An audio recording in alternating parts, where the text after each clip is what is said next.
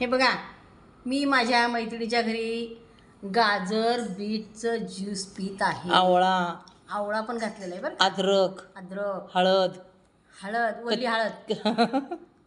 तर ज्यूस केलाय माझ्या मैत्रिणी माझ्यासाठी, या प्यायला. बघा, हे पौष्टिक असतं बरं का, खूप शरीराला चांगलं असतं. लागलं मीठ टाकल्यावर, सैंधव मीठ टाकल्यावर टेस्ट आलं.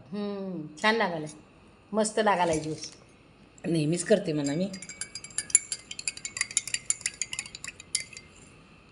ह्याच्यामध्ये आवळा टाकलं ना आणि टमाटर पण टाकायचं, एक टेस्ट येते. टमाटर नाही आहे. हा मस्त झालं. मीठ टाकल्यावर छान लागायला. नुसतं हा कुठं ऐकू चिंगरी बनायला किती गर्दी आहे, लय गर्दी आहे ना.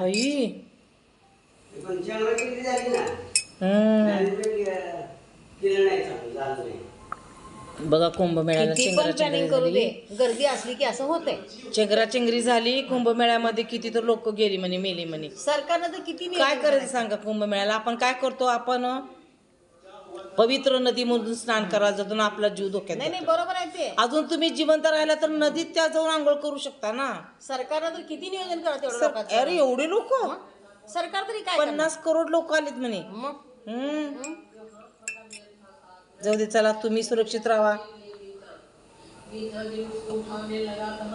ज्यूस पिऊन काळजी घ्या. ज्यूस पिऊन आम्ही पण सुरक्षित राहतो. गर्दी नसल्यावर जायचं कुंभमेळ्याला. गर्दी कमी झाली जायचं. वर्षभर आपण कुंभमेळ्यात जाऊन स्नान करू शकतो, गर्दीत जायची काही गरज नाही.